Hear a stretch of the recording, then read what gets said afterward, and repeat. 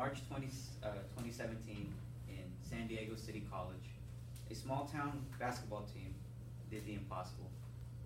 They won the state title for the very first time. The majority of their success would be credited to one man, Nate Edwards. Nate Edwards was a star basketball player who attended college and lived a relatively normal life with a stable relationship and 2 sons. To those who knew him, he was happy, kind, and basically a perfect person. But this was all too good to be true, because unbeknownst to them, Nate Edwards suffered from depression. It just goes to show that no one is safe from the clutches of mental disorders. So, according to the class survey, the majority of you guys having encountered or suffered from some sort of mental issue. As college students, we have had some first-hand experiences with mental illnesses, whether it be knowing someone who's struggling with someone or engaging in our own personal struggle against these internal issues.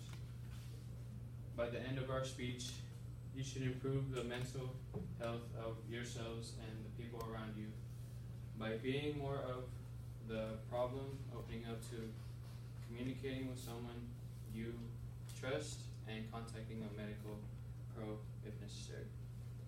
In this speech, we will be discussing the problem behind the stigma of mental health and how it has affected many people negatively. Now, with any problem, the first step to solving a problem is recognizing that there's a problem to begin with. There are many individuals in need of mental health services, but because of the stigma associated with mental health disorders, mental health conditions continue to be one of the most pervasive barriers to treatment. According to NAMI, the National Alliance on Mental Health, 1 in 5 young adults between the ages of 18 and 24 years old have a diagnosable mental illness. On top of that, according to a study done by Chapman State College, more than 25% of college students have been diagnosed with a mental illness. Now, almost 73% of these students with mental illness have experienced mental health crises, yet 34.2% of these students have not talked about or reported their crisis. According to ACA, the American College Health Association, students report that anxiety and depression are among the biggest factors that negatively affect their performance in school. Such performance can lead to flunking classes and eventually dropping out of school. Now, campus counseling centers offer free and low services, but according to Healthline, a health organization, only 15% of students utilize these services, yet 25% of college students have a diagnosable mental illness. Some of the most common mental health issues among college students are depression, anxiety, and ADHD. Now, depression, the cause of it is very controversial. Current psychiatric thinking treated as an organic disease caused by a chemical imbalance in the brain. However, many social analysts argue that depression can be found in psychosocial stress. Those with depression have a persistent feeling of sadness and or loss of interest. These two factors alone characterize major depression, which can lead to a range of behavioral and physical symptoms. These symptoms include increase in sleep, decrease in sleep, increase in appetite, loss of appetite, change in energy levels, concentration, daily behavior, and self-esteem. Depression can also lead to suicide, to thoughts of suicide. Now, for anxiety, it is a multi-system response to perceived threat or danger. It reflects a combination of biochemical changes in the body, the patient's personal history or memory, and the current social situation. Phobias, OCD, those with anxiety may feel worried, nervous, or at unease. Phobias, OCD, and panic disorders all fall under the category of anxiety disorder. And lastly, for ADHD, which stands for Attention Deficit Hyperactivity Disorder, it is a chronic condition including attention difficulty, hyperactivity, and impulsiveness. Those with ADHD tend to have trouble focusing, are easily distracted, they have difficulty retaining and processing information, and are sometimes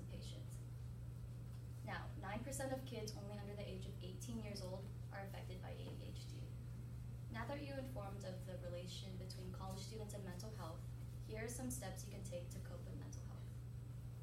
One step anyone in this classroom and anyone around you could do is just simply becoming more aware about mental health situations and issues in today's society, what's prevalent in today's society. This alone will help you better understand struggles you might have with mental illness that you might not even realize you might have. Another step one might take is be open to communicate about mental illness. This alone can help you understand what you might be struggling with too. According to the academic journal Facing Mental Health Problems, what you need to do, having a good support system and engaging with trustworthy people like friends or family, for example, are key elements to successfully talking about your own mental health. Open up with friends or loved ones about this, and this could reveal stuff about your own self. And lastly, you could also always go to a health professional about these kind of problems. Getting professional help can help solve these issues that pertain to you and are catered to you. According to the University Counseling Center website of the University of Notre Dame, talking to a professional can be therapeutic and decrease thoughts from mental health like suicide, for example, and self-harm. With these solutions in mind, we could remove the stigma around mental health issues and help improve our lives, and in doing so, also improve the lives of others that we care about and love for.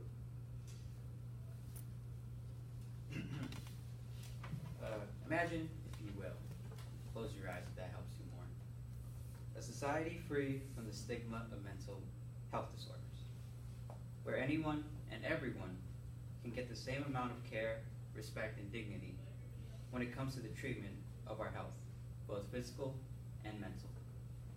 Where mental health can be given the same amount of attention and thoughtful care as any other type of health.